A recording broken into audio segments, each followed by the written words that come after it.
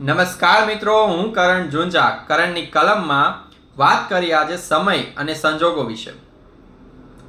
વાત છે ગામની, જ્યાં મહેશ પ્રોવિઝન સ્ટોર ચલાવી રહ્યો છે. પોતાની મહેનત અને ઈમાનદારીના બળે ધંધો ખૂબ ધમધમી રહ્યો છે. સમય બદલાય છે.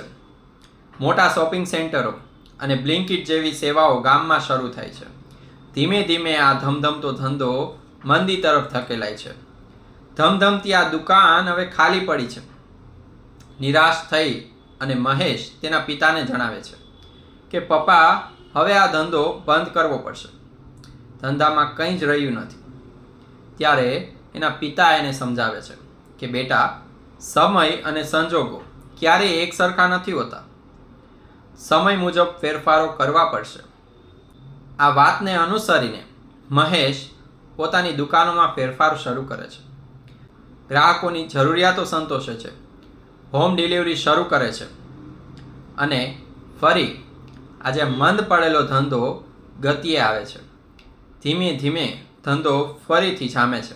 જે સમય મહેશને કાલે તોડી રહ્યો હતો, એ જ સમય આજે મહેશને મજબૂત બનાવી રહ્યો હતો. એટલે મુશ્કેલીના સમયમાં ધીરજ ધરવી આવશ્યક છે. જો સમય અને સંજોગો મુજબ ચાલશો તો 100% સારા પરિણામો પ્રાપ્ત થશે.